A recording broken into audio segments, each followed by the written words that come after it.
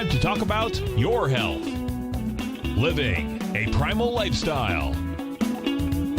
You know, we have Tom from Tampa on the phone. Hey, Tom. Good morning. It's bright and early now, huh? Hey, Paige. Good. Hi, Tom. How you guys doing, Nico? Doing great. Good. Hey, your newsletter's outstanding, man. I'm telling you, man, it is outstanding. And so is the Primal Edge. I love that stuff. I'd never be without it. I mean, I've been on it now 3-4 months, man. I mean, it's just, I can't get over how good I feel. Primal Edge is, people are raving about it. People who are trying it, they know because you can feel it. Would not be without it. Call now, toll free at 1-877-927-6648. Internationally at 727-445-1044. Now your hosts, Nico DeHaan and Paige Clark. Well, hello there, world, and welcome to Living a Primal Lifestyle, where we explore a return to a more balanced, natural, and wild world.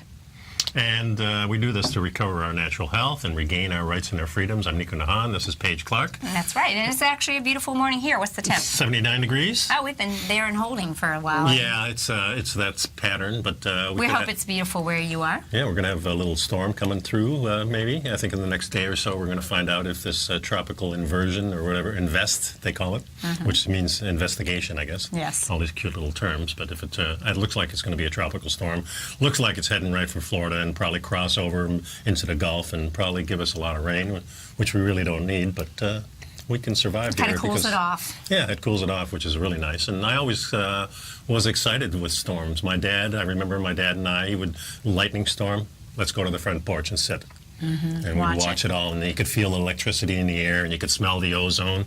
Well, Those are really good think about it. memories Storms for me. are actually really a sign that the Earth is getting her electrical charge, just like we need it, and producing a good oxygenated, rich environment, just like we need. So it's all good. So if you have any questions or things you want to talk about on the show, you can contact me at TFNN.com, or Paige at TFNN.com. And Nico at TFNN.com, and we're taking your phone calls at 877-927-6648. So last night, when I was in the sauna, I was listening to Nora Gagatas. And we love Nora. Yes, we've had her on the show. And I like her because she is one of those people who have lived in the wild. Well, she wrote her fabulous book, if you haven't read it, Primal Body, Primal Mind. It's just a must-read. And she really, approached it with a research mind, and I love her work. Yes, and this article, which was the topic of her talk, was, is there one universally fundamental human diet? And, of course, these days we're really talking about more diversity in everything, and we often talk about if you're eating plants or eating animals. It doesn't really matter as long as it comes from a good source. Yeah, we can kind of continue that conversation as we've been having this polarity and that, or this acceptance that it's okay. Right. It might work for you. It might work for everyone else. Yeah, if it works for you, it's probably healthy for you, and that may not be the case. And Nora really goes deeply into it. She says too many of us think or have bought into that saying everybody's different, as if there's some deep rationale for that.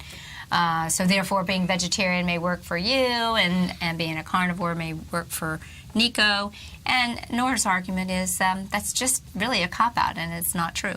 Yeah. That actually, we really need to look at, although we all have different fingerprints, we all have fingers. And there are some physiological rules, so to speak, for dietary adherence that gives us our optimal health.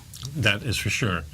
And she says, Nico, this is something, we seem to rationalize it, right? Yeah, because we say if you do it in moderation, it's going to be all right. Right. And we have in the paleo community that Cordain came up with this 15-85 rule. Some people 20-80 rule, where if you do 80% of the time, you do it right, and the 20% is not going to hurt you too much. And I've often said that too, and it kind of makes sense.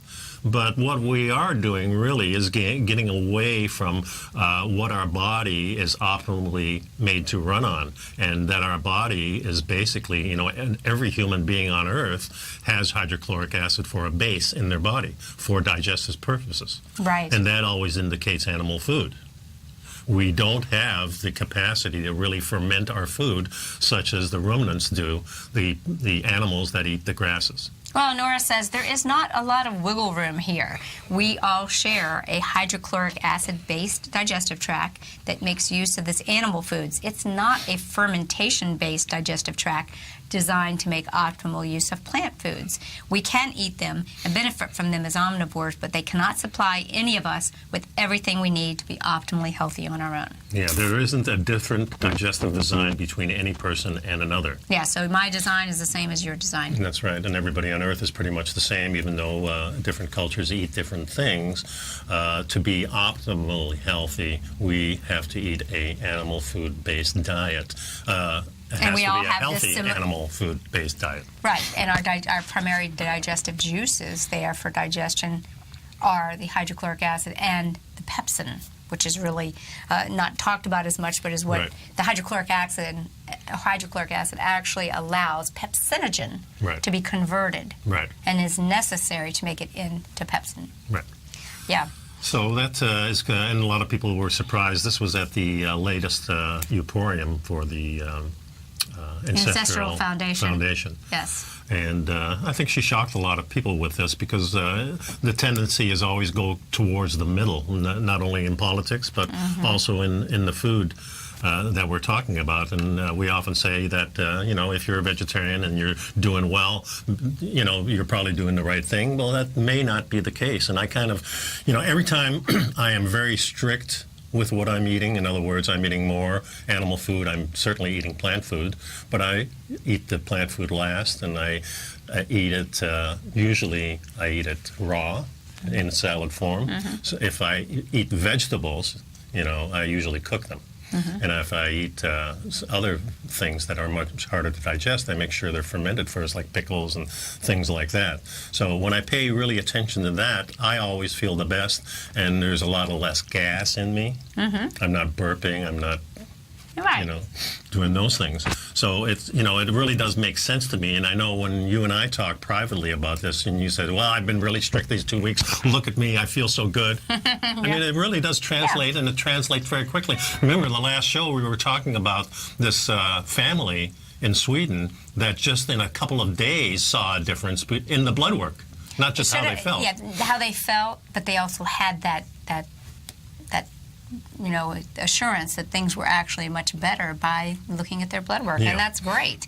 So, you know, we can say, okay, so, you know, we all have the same digestive tract, we all have the same organs, you know, we all have a blood pH that ranges very narrowly between 7.35 and 7.45. If not, you're going to die. You know, so and the body is an alchemical genius and figures out how to keep that balance, hopefully. We all require the same ranges of macronutrients. We all need a complete source of protein. We all need a significant amount and variety of dietary quality fats, the animal source fats. Critical animal source fats. Fat-soluble nutrients and certain essential fatty acids that simply cannot be gotten from plant-based foods in order for us to be optimally healthy.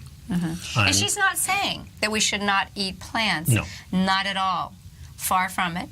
But the fact is there's no human alive for which carbohydrates are dietarily foundationally essential. Therefore, there can be no such thing as sugar or starch deficiency in anyone. Now, I like the way she puts that. There is no way that we can be deficient in a carbohydrate. It's important stuff to know. So we'll get back and dive a little bit dive a little deeper into Norka Gatiss' article. Stick around, folks. Stay with us. And welcome back, and we're deconstructing an article here, Is There One Universal Foundational Human Diet, by Nora Gatiss, who we really follow a lot, and she really, in her book, Primal Body, Primal Mind, made the final conviction for me. I was convinced at that time that fat is the key to everything for me. Yes, and I think her work is fantastic, and I hope we can have her on the show again. And a lot of what we were covering was information that has been delivered by the brilliant minds that have been part of the Ancestral Health Symposium. And I can't tell you if you have an opportunity to go to their link and possibly get the recordings. I know one year we ordered them and they was some audio quality. Remember when that last year? Yeah. Yeah. But so hopefully they'll be great. I'll certainly the ones be. I've listened to are really good. And the two takeaways that she has from this talk is the most important key to optimal health is what makes us human in the first place lies not in our individual differences, but in what we have in common. Right. And the second one is the biochemical individually supplies the nuance, but it is our common physiological design that supplies our most essential foundations. And we are all humans, and we share this. Yeah. And that's really important to remember, that we have that acid base, that hydrochloric acid base, and that base tells us what we need to eat, because we're not designed like the animals that eat grasses. Right. And remember, we really don't eat animals that eat anything but grass. And, I see this in some of the people that I coach, many people that do go towards vegetarian or vegan diet, and they're not getting that proper mix of macronutrients that Nora referred to, many times are suffering low stomach gas, and as a result not able to cleave key fat-soluble nutrients from their foods, and that worries me. Very important, because what we're talking about is that this may be optimal for us, but maybe because of the way you've been eating for the last 20 or 30 years, or maybe because of what your mother ate for the last 20 or 30 years, you don't have the hydrochloric acid base. I mean, it's diminished. It's well, not that's responsible. no doubt. We learned that from Pottinger's cats That's experiments right. that, 3 to 4 generations, with cats, so humans. So, we'll have to take a look. I love that infographic that shows the primal man and has evolved to kind of what I believe was the optimal health. Right. They enjoyed chronic-free, free of chronic disease. And then modern man turning around and saying, hey, we're doing something wrong, let's go back. Yeah, and the first person who really recognized this was Weston A. Price. Oh, absolutely. And, that's why he's my hero. Yeah, and if you really dig into what he was doing, he really wanted to get to the answer of this. What are people eating that are still primitive? And he was really looking for the vegetarian thing, and he found that... He was surprised to find out that it was, And they all shared this common wisdom of eating the protein from the animals, which has the fat, and not large proteins. Interesting, in her talk, she was mentioning that the Inuit people... And there's a big paradox there because, of course, they've been infiltrated with modern food. Right. Even on a small basis, it's disastrous to them. But what happens is they actually eat more protein when there is no vegetables, and the protein breaks down in the liver and supplies the needed glycogen.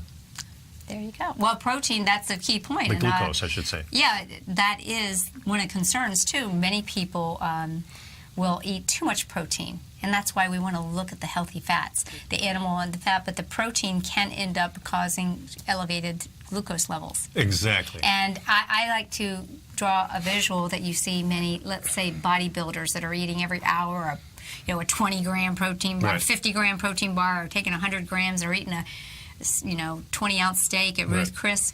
Over time, people that continue that type of protein, I see that barrel belly look. Yeah. They maybe are not as defined. You see football players eating a lot of stuff Yeah. that later, I'm just saying when they change things or after a period of time, many times it doesn't reflect as Well, isn't positively it on their interesting body. that overeating carbs raises your blood sugar, but now overeating protein can do the same thing? And fat's neutral. Yeah. So what happens is, to the Inuit people, of course, there are no carbohydrates in the wintertime for maybe 8 to 10 months. Right. So they have this switch that takes place, and that's the interesting part. So now they're overeating protein because you can't overeat fat. You can only overeat carbohydrates or protein. You can't overeat fat. Your body says, no, I've had enough. Yeah, you do. So it's you get self-regulated, folks. There's no way you can get fat from fat. Unless it's really bad fat, Well, I guess you could. I think that I want to question that a little bit, because I think people, unless they've become dual fuel burners, the ability to burn the fat. Some people that I'm working with, when they're trying to move more towards a traditional ancestral paleo primal diet, will get so excited and they start adding all this fat to their diets. And some people will adjust to it, and other people may find that they stall or even gain some weight. They're all of a sudden increasing these fats, but they're still accidentally eating a pancake, or they're eating too many fruits and berries. And the fat goes in with the carbohydrates. And then or they're combining the fat and the carbohydrates, and then all of a sudden they're wondering, what's wrong here? So I like to see a seesaw that where you eliminate, don't dilly-dally with it. Eliminate the inflammatory offending foods, and then as you lower those sugars, increase the fat. So that I do think that there are still some macronutrient concepts such as total macros that may impact you. Well, certainly the vegetables these days, I think, give us the nutrients that may be lost in some of the proteins, animal foods. But we talked about it a little bit. You and I, what I like is they may be extracting the minerals from the food. We can make most of our vitamins, other than our fat-soluble vitamins. So we can make most of the vitamins that we actually get from our foods. Except for the fat-soluble ones. Except for the fat-soluble ones. Isn't it interesting? And that's what we've been taking away for the last 50 years.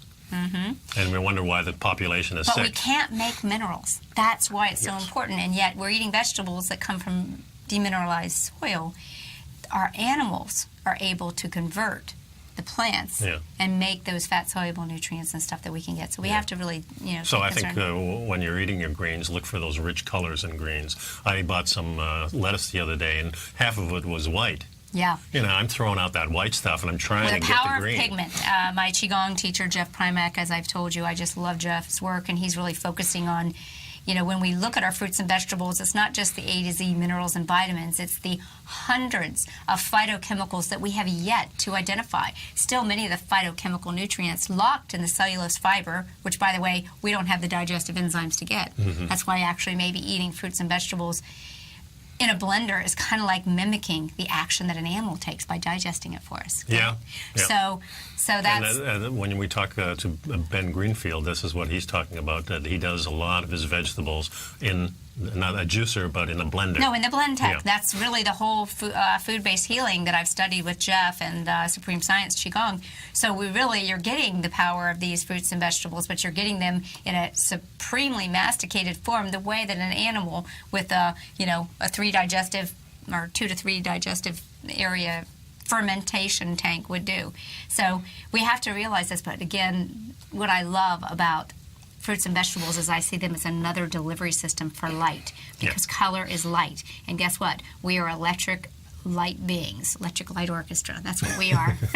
So when we come back, I want to deconstruct another one, 20 Things We Don't Know About Paleo, which was by Chris Kresser, one of my other favorite mentors. I think we need to discuss this because this is really what we were talking about in the first and second segment of the show. So. I think there's a lot of misconceptions about what a paleo diet was, which was actually a very alkaline diet. A lot of my vegan, vegetarian people point to that. So let's talk about it, and let's really identify this and stop compartmentalizing, but just broaden our understanding.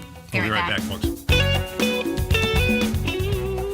Okay, so let's discuss 20 things you probably didn't know about paleo. This is with Chris Kresser. Yeah, let me read the opening statement. Paleo has received a lot of attention in the media over the last couple of years, some of it positive and some of it negative. And there are a lot of misconceptions about paleo approach to nutrition and lifestyle means for most people. With this in mind, here are 20 things I think everybody should know about paleo. So let's deconstruct each one.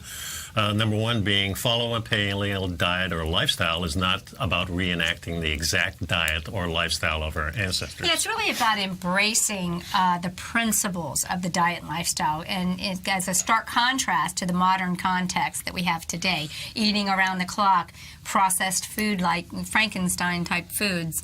Well, of course, not honoring the cycles of the day and the seasons, and a lot of this is going on. That's the huge part. Erratic sleeping. Yeah. And we're not able to even come close because we don't have the wild animals anymore. If you lived in Montana and you're, shooting things on the range, maybe you could come close to it. But these days, as Paige often says, the soil isn't there. Yeah. So even the animals aren't the same, even the wild ones. And now we're eating mostly domesticated. So domesticated means that we get domesticated. And we know from research that we definitely were healthier as a primitive man before agriculture. Yes, what we know is there was virtually no existing chronic disease in our ancestors prior to agriculture. Yeah. And with agriculture brought on both societal breakdowns as well. Yeah, remember agriculture means the domestication of plants and the domestication of animals. One of the things that... Taking the wild out of both. That's right. And a wild animal has a certain thing in it, the correct nutrients that has the spirit of the animal in it. Our native Indians they sure here knew that and talked about this. This was involved in their whole culture, that they needed these wild animals to subsist. From what I understand, when the settlers came in, the Indians just couldn't believe that they would eat these cows.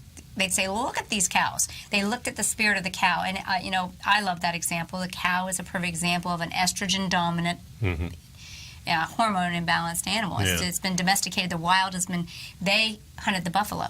Yeah. So that's kind of interesting. Yeah, their whole, the Plains Indians, their whole lifestyle was around the buffalo. And when they got the horse back from the white man is when they really, really were a lot better at hunting the buffalo. I mean, it was very difficult and very stealthy to, just think about it. No horses, no way to chase these buffalo. You have to really crawl up on them. And they were very aware animals. I mean, as a pack or as a herd, they're always watching out for their, the wolves and, of course, man. So Number 2. Here it is. Most hunter-gatherers did not eat a low-carb diet. I like sharing this. You and I did a talk a couple years ago at the food patch. And what the research shows is that the paleo diet was more considered to be an alkaline diet. Yeah, it's more 30-40% of their total calories probably came from carbohydrates. And this depends, of course, where they foraged greens primarily, I would say. And so they ate a tremendous amount of greens because that's what was around. That's what they could easily pick and grab. Those were more easily found. And we saw that the potassium ratio was actually rather high. Remember we did that talk? Yeah. So I thought that was interesting that he showed that. Yeah, and the other thing, too, of course, the mainstay of any primitive culture is the animal protein. The vegetables are the secondary part. But they're very, very important and probably more important to us today than anything. Hey, here's a good explanation. We talk about all these dietary categorizations. A very low-carb diet or ketogenic diet and paleo diets are not the same thing. And although we are now seeing that there are people getting tremendous benefits from the very low carb and the ketogenic, that's something we're exploring, we're paying attention to. But what happened is people moved from, say, the Atkins diet, where he was on to the right track of getting to using fat as fuel and protein, but he kind of didn't look at the quality of it at that time. And he was doing mainly cancer research, so he was trying to starve the cancer, and he knew that he had to take the glucose out of it. And ketogenic is definitely heading in that direction, but as a result, the low-carb ideology got mixed together with paleo, and as I just spoke, I explained that the paleo diet is actually a little bit of an alkaline diet, and with more vegetation. And again, animal foods that eat their own foods are more alkaline neutral. They're not as acidic as, say, a grain. Yeah, and that comes to mind too. That protein isn't that heavy either. We're talking about probably 25% protein. If you're an Inuit, maybe it goes up to 35 during the winter to get that extra glycogen from the protein. But basically, it's what we consider these days. It is low carb. 35% is low carb for carbohydrates compared to 60 or 70% that we're eating. And folks, let's clarify, we're reviewing the work and the comments of Chris Kresser. We may agree with these, we may not. But the key thing is we want to make sure we're understanding some of this. So number 4. This is number 4 kind of explains Chris's approach, which is, he calls it a paleo palette or a paleo template. That there are, his saying, kind of opposite of what Nora says, is that there's a little bit of individuality. Some things work for people, some things don't. Some people have a higher resistance for being able to enjoy dairy and may actually thrive on it if it's the right kinds of dairy. Yeah. Well, the thing that Nora says, too, this is the optimal diet. In other words, this is where we want to get there. Remember, our Inuit, or just our native peoples, had lots of things going on in their environment. You got volcanoes going, you have to move, earthquakes, storms, all your wild plants get washed away. Maybe there's no animals coming into your area. So they weren't always optimal. We're just discussing what is optimal. Right, and Chris, he and Nora would probably duke it out a little bit. They were at the Ancestral Health Symposium together. He says there is no single approach that works for everyone. Nora would probably say, hey, Chris. Well, I think, again, if you've been compromised for the last 30 years, you can't get that optimalness because you just don't have the tools. Well, anymore. I have to believe that the ancestral diet of someone living in the Philippines It's going to be different. is be different than a Nordic person. Sure, but So- both of them are probably on a fat-burning diet, a ketogenic type diet, even though that paleo may not always be ketogenic. The native people were always on a ketogenic Well, diet. let's agree with this. They were all real foods, and they didn't include the foods that we can get down at our quick stops. Right. Okay, and based on their environment and the nature and the seasonality of where they live, these foods could be changed. Number 6, the food emphasized in the paleo diets are loaded with nutrients our bodies need, and we constantly share that there are critical, particularly fat-soluble nutrients that we just don't get. And the most nutrient-dense foods you can eat are actually organ meats. That is something that I think just has been bred out of our society, or now it's making a comeback. But, let's say in the 50s and 60s, nobody was really eating the organ meats. No, and we're not eating the marrow. Not And eating now the we're bone starting to see marrows. restaurants offer marrow, Right, right. which is really cool. But yes, that is the thing about this, is that our food has changed, and I'm sure our ancestors' food has changed too, but they pretty much stuck to wild things, and that is a big difference than domestic things. That's the key thing. The foods that are emphasized on the paleo or ancestral diet are nutrient-dense real foods Yeah. that we all actually need. The foods emphasized on it, are the ones you really need. And so basically. really, it's another point, and we're going to take a short break, but vibrant health is your birthright, and chronic disease is not inevitable. We have come to believe that succumbing to chronic disease is our birthright and our destiny, and it's not. We can reverse this. They're preventable, and they're reversible, and we're going to teach you some That's more a huge things point. when we get back. We'll be right back, folks. All right, so welcome back. Let's talk about this one, because this is a complete opposite comment from what Nora said, but you don't have to be 100% compliant to benefit from a paleo diet, but she Well, made a great point. This distinction is benefit. You can Right. definitely benefit if you go down that road. It may not be optimal. Maybe you're doing the 60-80 thing. Or that wouldn't work, 60-80, be 20-80. But if you're doing that, you're going to get better. But we're talking optimal. Well, Nora's saying to be optimal, you would follow the foods that are optimal for our genetic expression. For the human beings. And so here we go. So Chris has a little more wiggle room. Yeah, and I makes a think comment. He makes a comment here. Sugar, number 9, isn't toxic. You actually, in one of our talks, create a list of the toxic foods, and sugar is right sugar on the is top of number the one. list. Yeah. But here's a great point that counterpoint that Chris says: sugar is neither a toxic nor a replacement for real food, and ultimately small amounts of sugar could sneak into your diet, and as long as you're having a whole food, nutrient dense paleo style diet, as long as you recognize it for what it is, a treat.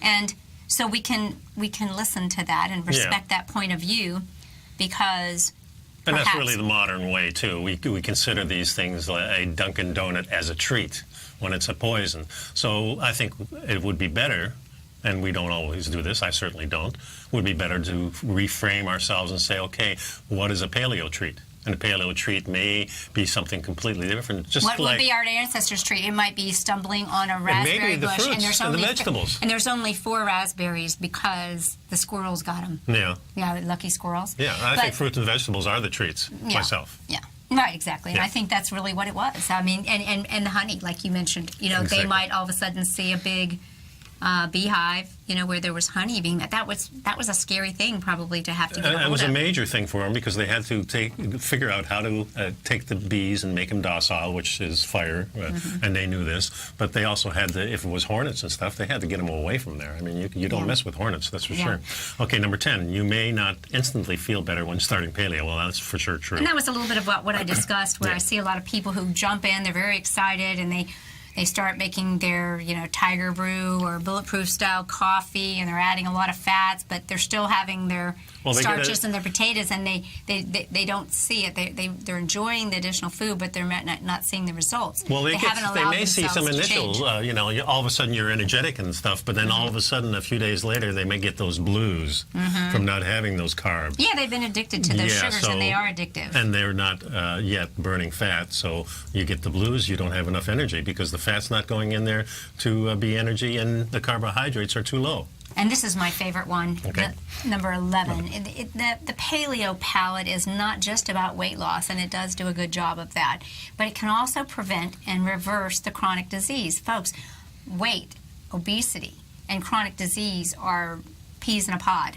Yeah. You know, they kind of fight, it is obesity, the disease, now that they've now categorized it as disease, that ultimately is involved in all of the chronic diseases we're seeing. Well, I often say that in a primal situation is what you're doing is normalizing your body. So it goes back to where it is optimal. And the more you get into that, the more that happens. And it takes a while. So it may take a couple of weeks for somebody healthy, and it takes longer, 3 months, 6 months, maybe a year. In fact, we talked about that athletes who want to perform at a real high level on a ketogenic diet need a year as a base. Right. Again, it's like trying to take your gasoline car and all of a sudden start putting diesel in it. You're going to need a conversion. You're going to need a conversion piece Well, of it's a equipment or learning something. curve. There's a whole bunch of things. It's kind of like when we watch these gymnastics. You want to get on that little 4-inch beam, and you can get on it, and maybe you can balance yourself, but you're not going to be able to do the tricks that the gymnast does because they've been conditioned for a long time. So it's conditioning. I like it. How about this one?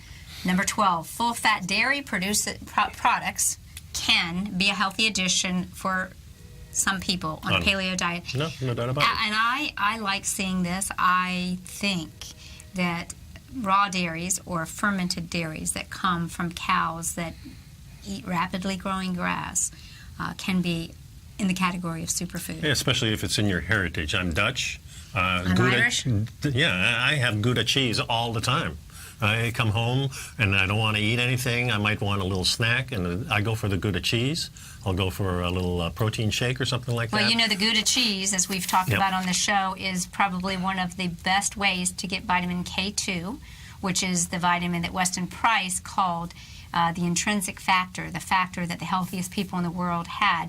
And what it means is that it's a vitamin that comes from animals that eat rapidly growing grass. So that's good news. Yep. So, you can give that a try, but remember that when you eat full fat or raw or unpasteurized and non-homogenized, you're eating it in the form that your body is designed to digest it. Number 13 is red meat is one of the healthiest, most nutritionally dense foods you can eat, and that is for sure. Yeah, it's a shame that we have conventional wisdom Yeah. today blaming red meat for everything from heart disease to cancer. Yeah. Again, what we like to say is it's not the foods, but it's what we do to the foods. And if you're still buying and sourcing your red meats from conventionally raised, confined animal feeding lots, you are not getting the red meat that our ancestors had with the nutritional We're not getting the profile. red meat that our ancestors had, period, but we're getting closer to it when the animal at least is eating its own food. And their Maybe natural it's diet. not wild and, free, and they're in jail, sort of, and no matter how big the jail is, it's still a jail. So I always tell people, well, if it's not that bad, why don't you sit in a cell for a few months and see how it feels? Oh, yeah, exactly. So what that does to the spirit. And like Exactly. we said, our It just changes you completely. ancestors knew a lot about that. Yep. Number 14, high cholesterol is not the primary cause of heart That's a huge disease. one. Very I true. think this is heavily researched and has been debunked, and yet people still are on Facebook and stuff saying, oh, get rid of the damaging saturated fat and so forth. Again, that's just not the case. That's not been, for decades we've been told that it's bad, but it's actually the debunked. sugars that cause the inflammation. Number 15 is many of the packaged paleo-friendly foods are full of modern additives, and some of them are still not so friendly to your health. Yeah, any packaged food, whether it says paleo on it, doesn't make any difference. I see a lot of companies having these candy bars. They're capitalizing on the movement, and they're Right. trying to bring in, convenience foods, but folks, convenience and I think they real do food are more not the same. damage in a way, because then you're thinking that snacking is normal. Right. And these are all snack foods when you talk about a package, because you want to take it with you. There are certain snacks like the pemmican, that is the fat-soluble... Pemmican. Pemmican. excuse me, Right, yeah. right. Which that was actually a food created that the Indians created. Yeah, mostly fat, a little protein in there, and a little bit of... fruit, yeah. like cranberry or Right, something. Exactly, it works great. I have some at home. I am always eating that stuff. Number 16, eating a paleo-style diet doesn't have to be expensive, and that's for sure.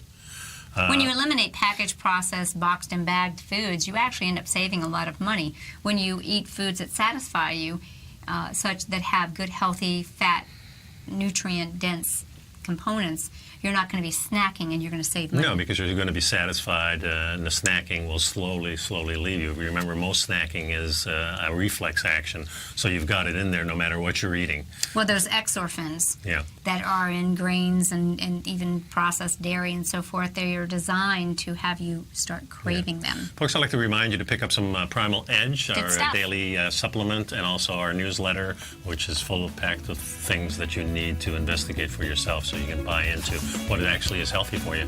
Working on the marijuana one will be out week after next, and I've got a lot of good things in there already. So Be right back. stick around. And welcome back, folks. So we're on number 17 is legumes are more paleo-friendly than you think, and there's a lot of information about this, that our ancient ancestors did use beans and legumes and things like that, because we still have the tradition, of course, with lentils to soak them and beans to soak them.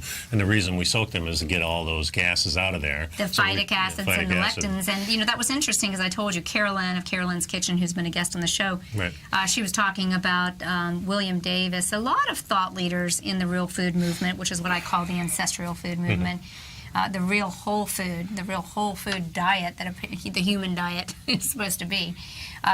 She was actually saying that there's a lot of talk about the legumes and properly fermenting them, and that for people that maybe have been on a primal ancestral diet, still having some digestive issues there might be in fermented legumes and beans and properly soaked and sprouted, that there's a fiber or a starch or so forth that actually helps to encourage a species in the gut that might bring about that balance. So that's interesting to see. And I'm sure we're going to talk more about that. And, you know, it's not just about food. Number 18, the paleo living palette or ancestral living is a lifestyle. It's going back, you know, perhaps less is more, less stress, you know, less toxic foods, more sleep, and more physical activity, Less more stress. play. That's the big thing right there, because we're really forced into a working relationship with our society. We have to go to work. We have to go to school. Of course, primitive man worked. His working was building shelters and having fun and getting food. That's pretty much it. So we're in a different world, for sure, and we have to kind of deconstruct this for ourselves. What am I going to do? How much work is good enough for me? And if you're in a society that has a lot of poor people in it, then they're being worked harder than probably the rest of the population, and I've that's seen not healthy either. I've seen that going through social media. We wake up in the morning to go to work so that we can make money to pay for the house that we're never in, so that we can provide things for the people we never see. That's right. There is sometimes we have to reevaluate things. Yeah, well, I think in the future they'll be calling this the actual Dark Ages instead of the 700-800 model. They may actually say, look at how these people lost sight of what was important. So, and here's a final way. You know, here's a couple ones. Paleo-friendly starches are not the same as industrial starches. That's interesting. You know, you and I were talking. Well, potato is a potato. But yes, if you put it into a box, and that's going to be potato hugely different. is a natural, real food but starch. you can't eat it raw, so that gives you an indication whether it's healthy or not. You have to do lots of things to a potato to make it edible. Right. But, you know, if it saves your life, you're going to be eating the darn thing. Right. So here, I'm going to go into a little more detail. What's true that highly processed and refined starches like wheat flour are harmful. He says there's no evidence that the same is true for whole food starches like potatoes, sweet potatoes, plantains, or taro root. Our ancestors actually consume these foods for millions of years, and there are many examples of cultures around the world that consume a high real food starch diet and maintain excellent health. We were talking about that on the break. You know, Dr. Edelstein and Dr. Marshall of Premier Research is really following Dr. Edelstein's diet, which is a high starch, you know, no processed oils, and I kind of agree with that. I think you take the bad out, and then you're left with something that's marginally good. Is it optimal? And that's what the so that's that's really kind of the theme today. We can all benefit from dietary changes, but maybe they're not optimal. And really gets back to the core of what Nora said. You know, we all have fingerprints, but we all have different fingerprints, but we all have fingers. And let's talk about the things that we have in common, and let's look for the things that can optimize our genetic And the last thing on here, potential. number 20, is paleo cooking can be very delicious, and I always tell people that, if you want to learn to be healthy, learn to cook. That's right. And cooking's good for you. So That's for sure. Thanks for enjoy sticking yourself. around, See you folks. next time. Bye-bye. You're watching Tiger TV.